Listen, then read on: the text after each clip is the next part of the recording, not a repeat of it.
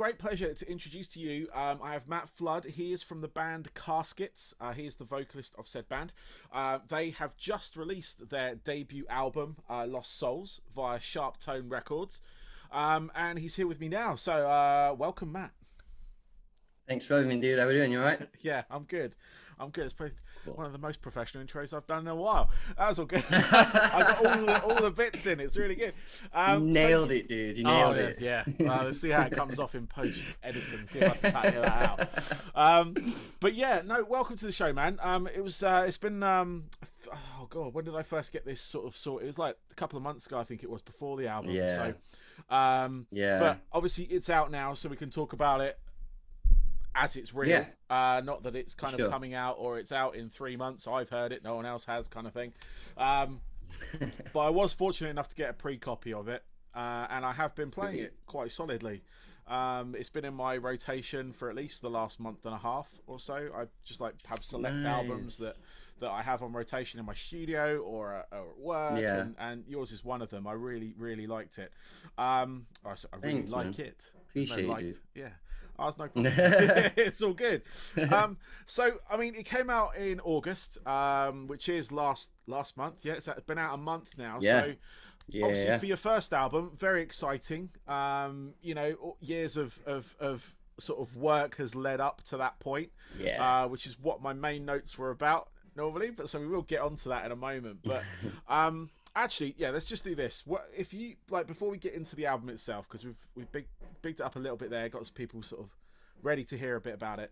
But could we get a bit of an origin story about the band? Because obviously this is your debut album, so there's going to be a host of people that haven't heard of you guys before, that obviously get there through their music, through the media or whatever, you know, magazines and stuff like that. So it's been out now for a month. But before, you know, like I said, before that, could we get an origin story on you guys, like how you came to be? Yeah, so we actually started the band under a different name. It was called Captives. So the bassist and the guitarist Benji and Chris, they've been in bands previously throughout the years, I guess. So yeah, they've like known each other for years and years, and then I met them both at a gig I was playing at with my old band about 4 or 5 years ago now in Leeds. So that's how we met. And them two was in a band called Fault Lines at the time. So they just released their debut single, you know, recorded this awesome EP that I managed to hear. And then the singer just left. So so I was asked to go and audition. I auditioned and we got in. And then the drummer left. Because he's just like, you know, he wasn't interested in starting the whole thing again, because we decided we wanted to start it all from scratch. So then we decided to, you know, rebrand, rename the band to Captives. We wrote the EP, managed to get James on board, literally just before we was going into the studio to record the EP. We didn't have a drummer, so Chris asked the producer. He was like, "Who's your best drummer? Who is the best drummer you know that isn't really in a band right now?" And he that's how we met James, basically. Oh, nice. So he had a week to learn 5 tracks and get them tight enough to record them for the EP, and he smashed it, to be fair. Nice. So then we had a bass player at the time called Lee. He was with us until just before lockdown, I believe. And then he left, so we got Craig in, which is a guy that the other boys have known for years. Insane guitarist.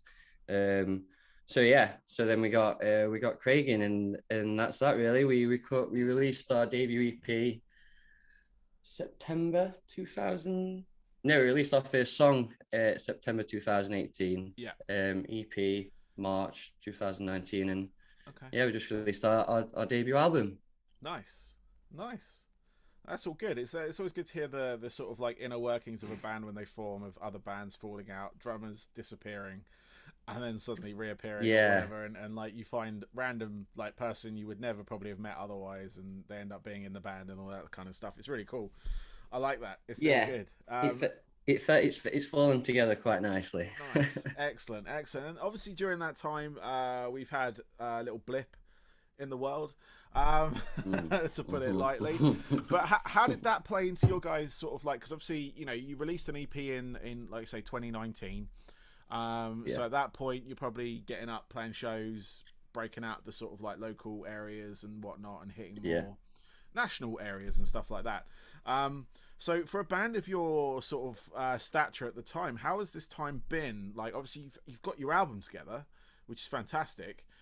Was it ready earlier, or was this something that you guys worked on, like during that sort of like the various sort of situations we found ourselves in lockdown, not lockdown, whatever it was? How did that play with you guys? So the majority of the album we thought was already done by the time, you know, COVID hit and stuff like that. So we had a plan to go to Germany and spend some time in Germany and record the album with Chris from Annie's Okay. Okay, yeah. Because he was the guy that he like mixed and he mixed and mastered our EP. Cool. But obviously then COVID hit, so we couldn't go anywhere. So then we were spent a few weeks like brainstorming like what was the best thing we could do. So in that time we was fortunate to be able to get Dan Weller on board with the album. Yeah. So we spent a lot of time like, you know, like this on Zoom, going, you know, back and forth with demos and ideas and stuff like that, because we knew that, you know, because of COVID, we'd have a bit more time to work on the songs. Yeah. And obviously having a musical god like Dan Weller on your team, we were just like, let's just go through every song, every demo we've got, and we'll just like, you know, what's the best, what can we change out of the best songs and stuff like that. So we did that for a long time. And then in the, you know, the gaps, like we had the first lockdown, and then there was like that, I don't know how long it was, 3-week gap. We decided to go to Vader Studios to record the drums then. And then we got locked down again. So then we did a bit more working on like guitars and stuff like that over Zoom. And then on the other, after the second lockdown, before the third, then we actually all got together and went into the shed in Chris's back garden and did the rest of the album in there in that time as well. Okay. So it was obviously for everyone, COVID was an absolute ball ache. But on the other hand, it did give us that little bit extra time to refine the songs, and you know, there were so many more elements that was added to tracks, and bits changed just because we were working with Dan Weller, and his ears I can't like explain, I can't big that guy up anymore, like honestly, like I've learned so much from him. So yeah, it was like a blessing and a curse, I'd say. Do you know what I mean? Yeah. I mean, if you use the time wise, obviously it's unexpected time that a lot of people had, and a few artists did manage to work on stuff. Obviously, like yourselves, you mentioned. But having someone like Dan Weller in your corner as well, that is something. I mean, I'm familiar with his time with Sixth and stuff like that. Just purely from my background of being in the metal scene back 20 plus years ago in a band myself. And playing shows with them and stuff, and just watching them play, you could see that there was this, like, you know, awesome array of talent from every one of them. Insanely talented, insanely. And then watching him go into the production side of things and listening to what he's done, like the evolution of what he has done, and the work on your record is amazing. Like in that front, like production wise, along with a lot of his other stuff as well. He does. I'm getting. He's just one of those producers, I guess, that just has that. I guess it helps with a producer to have a musical ear, but also have a musical ear that's not 100%, that's not standard musical, if that makes sense. Like the style of what Sixth had, which was the kind of, I guess they call it progressive now, or prog, or gent, or whatever it was. It was math metal, I think they called it in the day. Which is always a strange. He spitted that phase when he was talking about it a few times. It's you know, they weren't easily pigeonholed, which, you know, played to their you know, the success that they did have at Yeah. that level for that style of music, at least. You know, you couldn't put them in the new metal bracket. You couldn't put them in the sort of, you know, straight up metal bracket, the heavy British heavy metal, whatever. You know, because I was in the new metal bracket. That was my area. Like, and I knew that's where I was. That's why I was pigeonholed. I was the DJ in a metal band, so I couldn't do anything else. So it was scratching away. Got baggy jeans on, baseball cap, which I'm still wearing now. So you know, I still fit the part.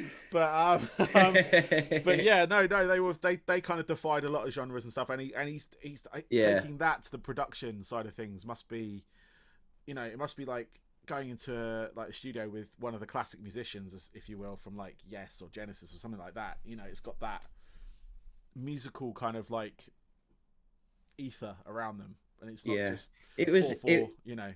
He spoke a few times about it, saying like how he started you know, tinkering with production and mixing and stuff like that, and he said he just completely fell in love with it, like and he said, and then he was like, and then it just all spiraled out of control from there.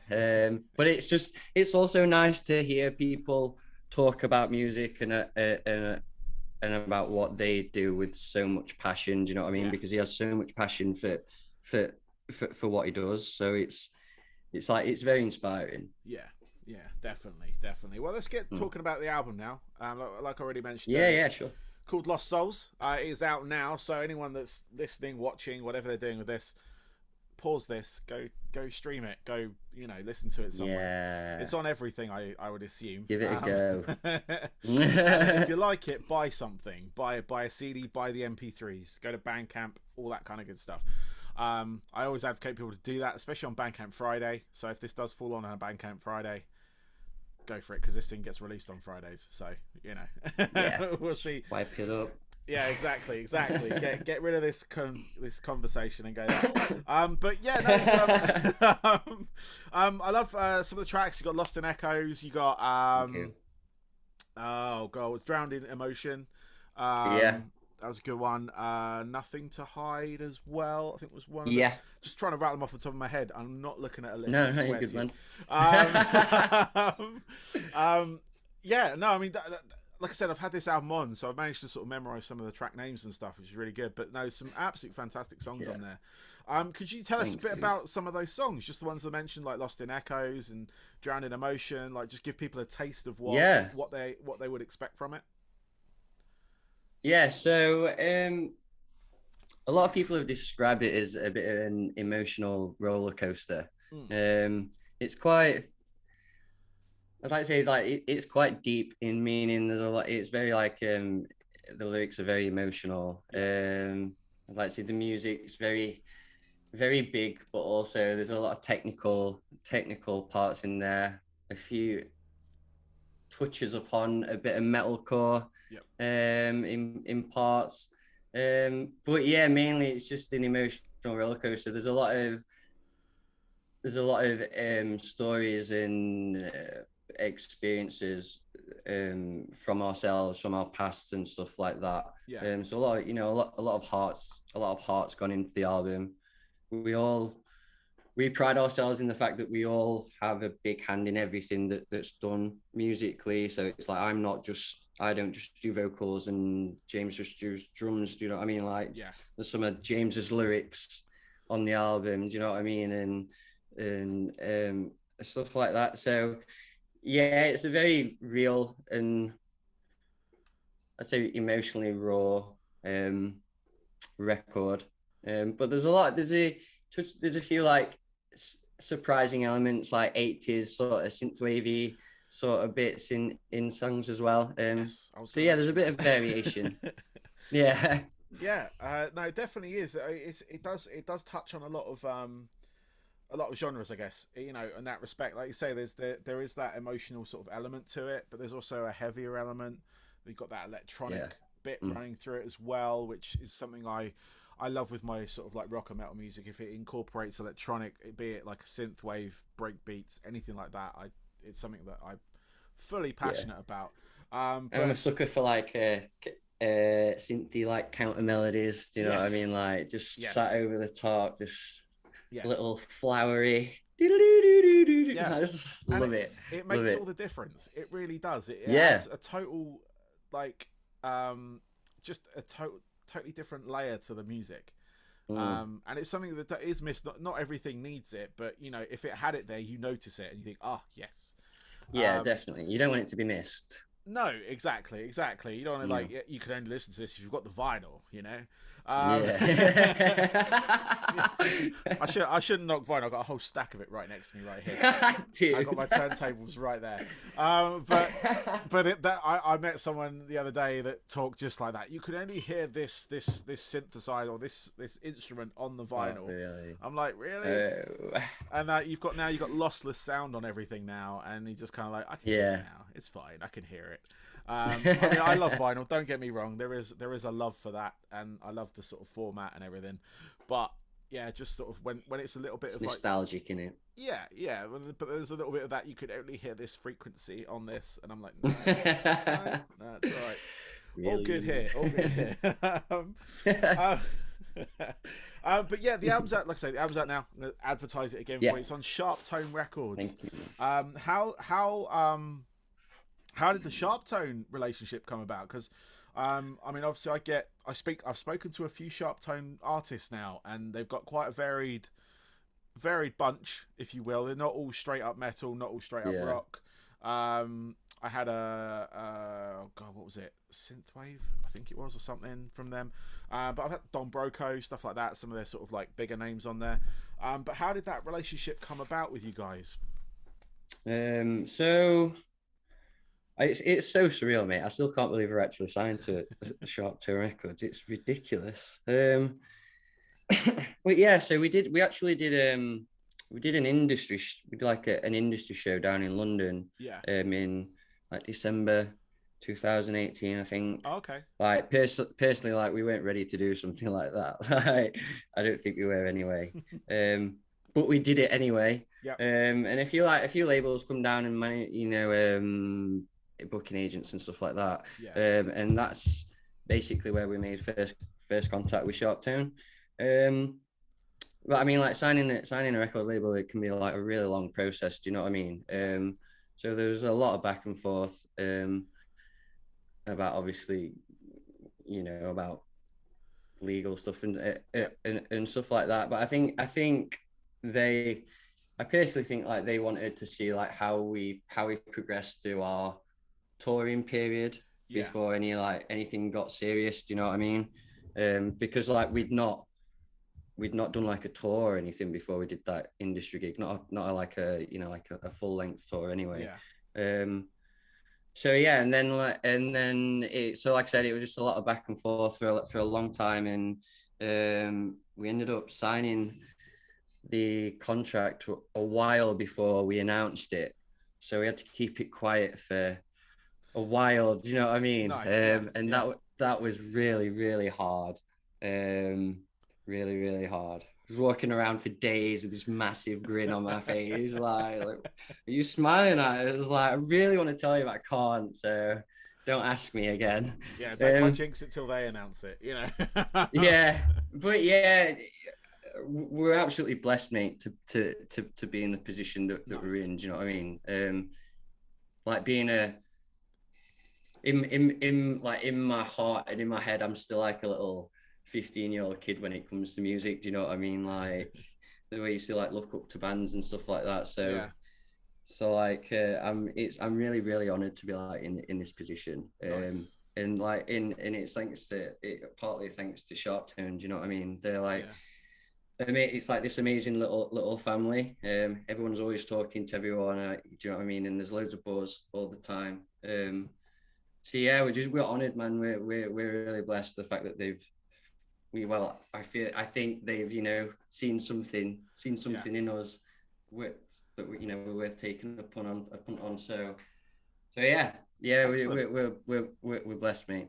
Cool. No, that's excellent. It's good to hear, because I have, obviously I work with them on the journalistic side of things through my various contacts there, but like hearing from the artists that are on the label as well, hearing how well they're treated, how much freedom they have as well, which is important.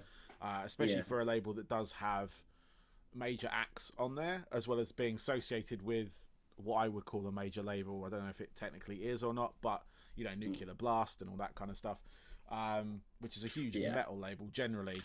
Huge. Yeah. And like back when I was in a band, that would have been a dream for me to sign to them, or Roadrunner at the time, or any of those sort of labels.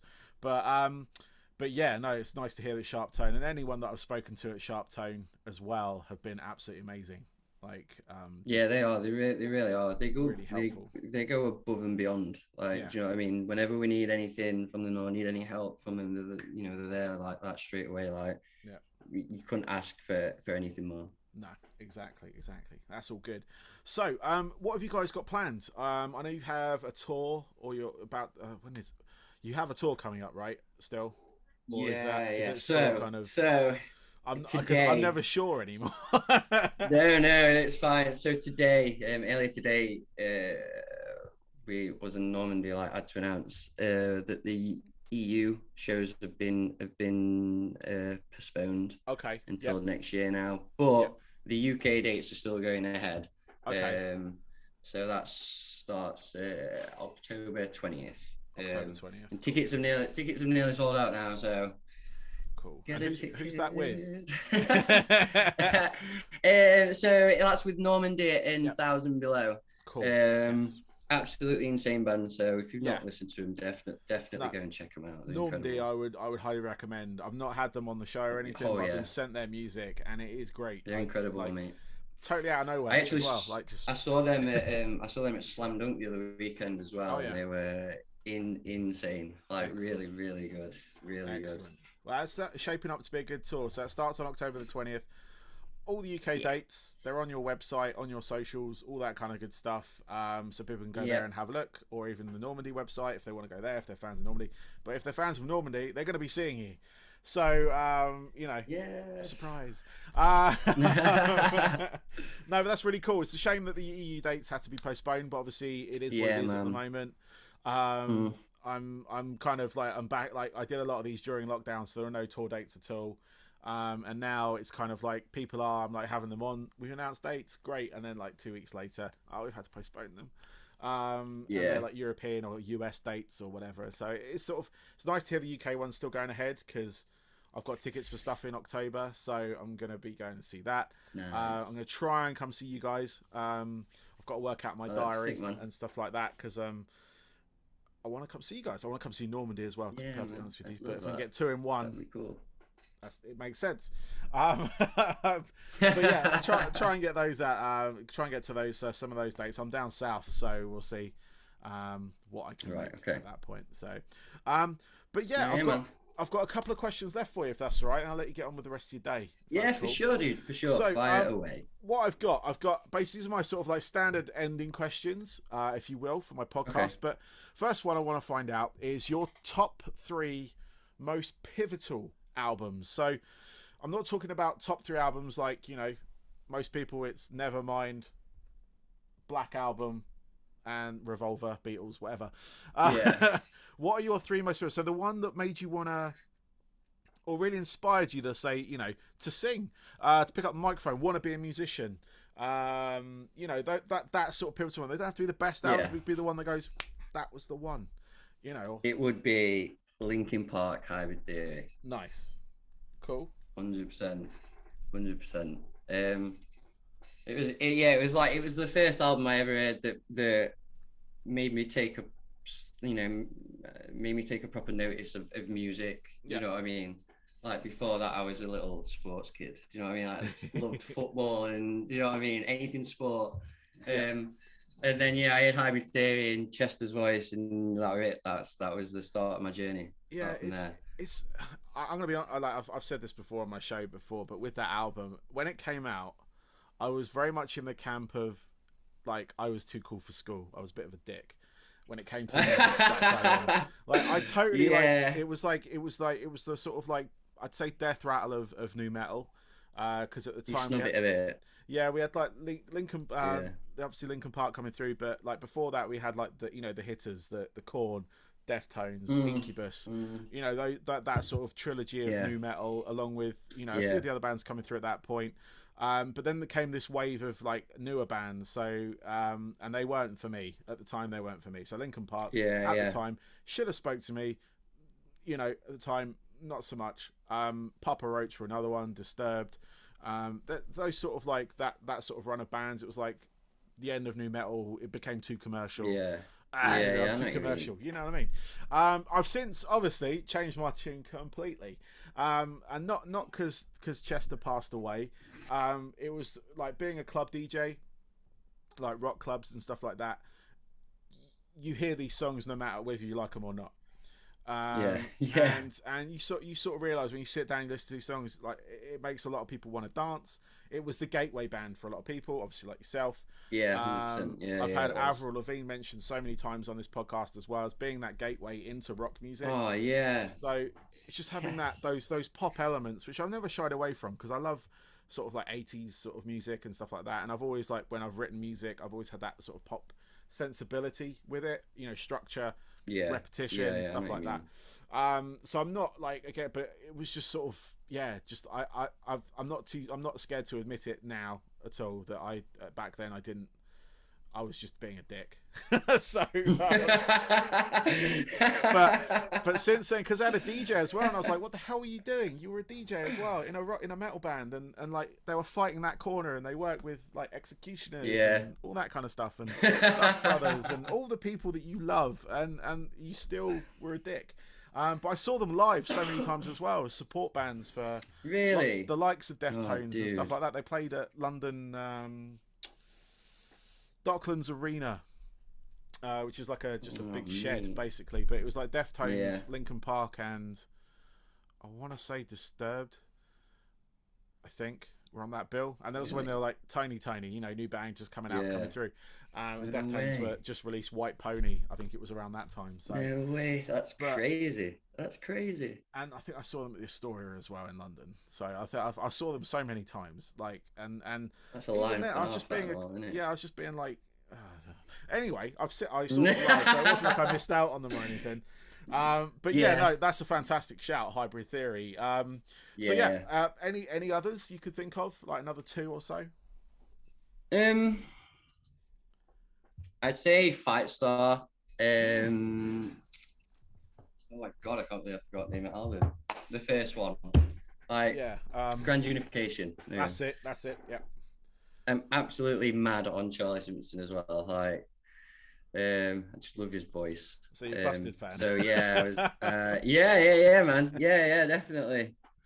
God, definitely. That was another one. Kind of at the time that like when he came out and did his metal stuff, I was all for it, to be fair, but my bandmates weren't. I was so surprised, like when I heard him in Fight Star, I was like, wow, this is everything I could have ever dreamed of. No, it's crazy, isn't it? And like, because Busted were kind of like they're essentially pop punk, but more pop than punk kind of thing. But they had the sensibilities of punk, the chord structure, all that kind of. If you want to analyze it, break it down. And they were again very much a gateway band for a lot of people, because through that people went to like Blink, definitely, all that kind of stuff, and went like down that pop punk ska route. But Charlie kind of doing his like, I really want to do what I love, kind of like metal wise or rock wise. That's a fantastic shout as well. At the time, that album was great. I mean the sort of British scene at that point was pretty good as well. I had like 100 Reasons and all that kind of stuff. And there was just so many bands going around, and we were all in this sort of like same sort of circuit as well. So playing in like North London and stuff like that, and various mini festivals. It's got some proper hidden gems on the album, like Mono. Mono is an incredibly beautiful song. It's not listened to enough, in my opinion. No, I'm sure it'll come round again. I think Busted are doing something, and then people will find his music again, and that'll come round again. It'll be another tour. It's crazy. So it does it all the time. Crazy talented guy.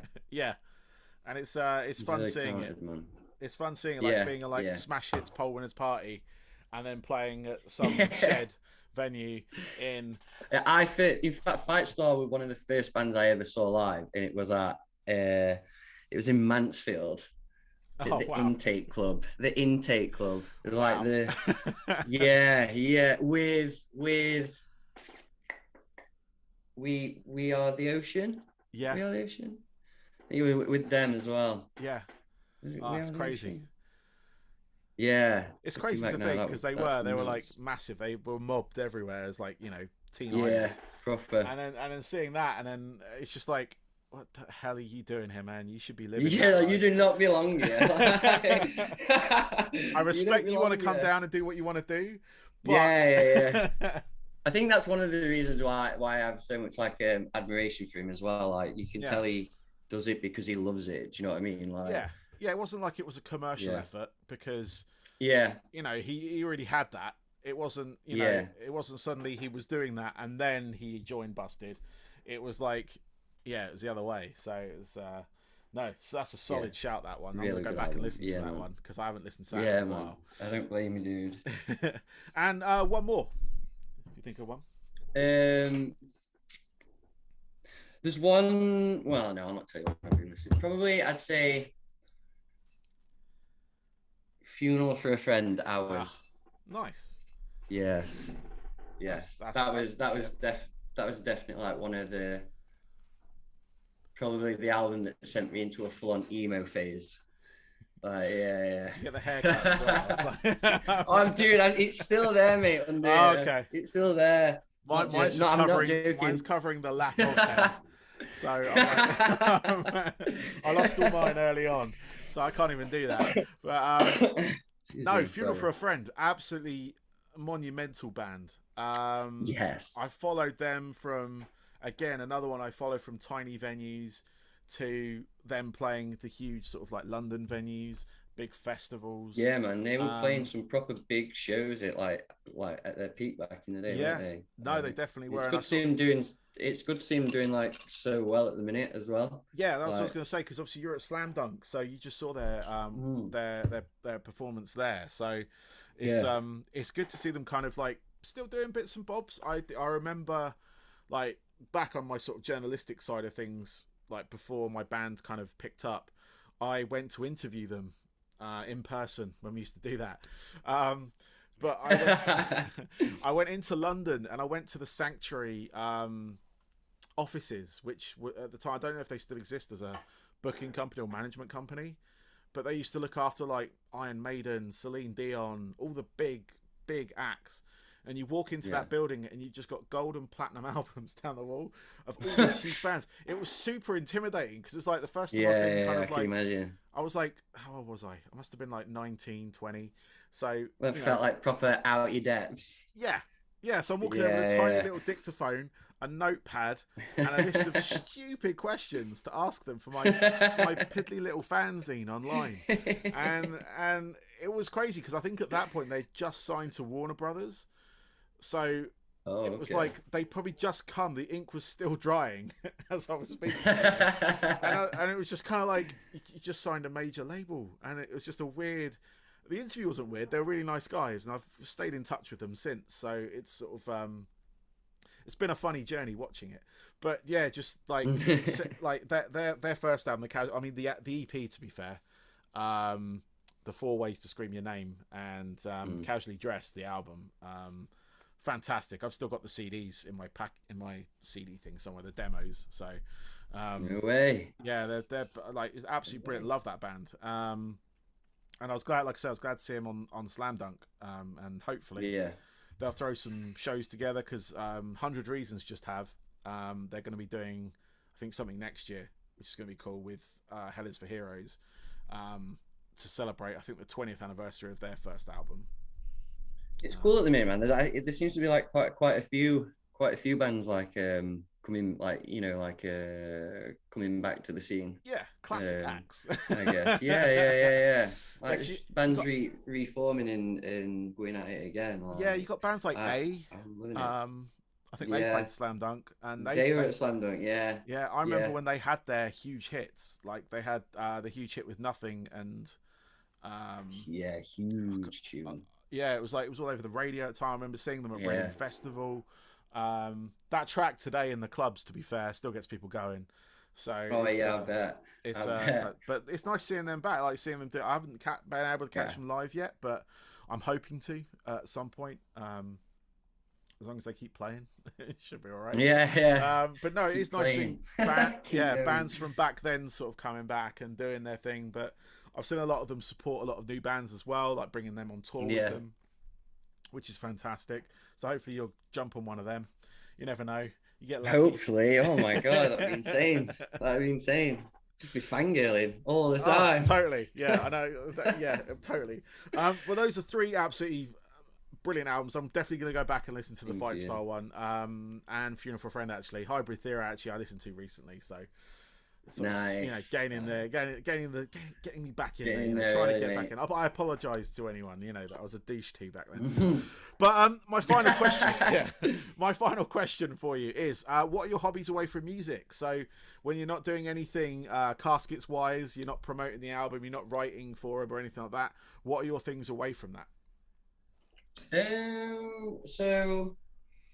Well, before COVID, I used to just spend a lot of time with my friends because, like, with the band, like we all still work full time. Okay. Yep. So we've also got jobs, and then like we always dedicate like at least 3-4 hours a day to anything that needs to be done with the band. Whether it's demos or emails or whatever.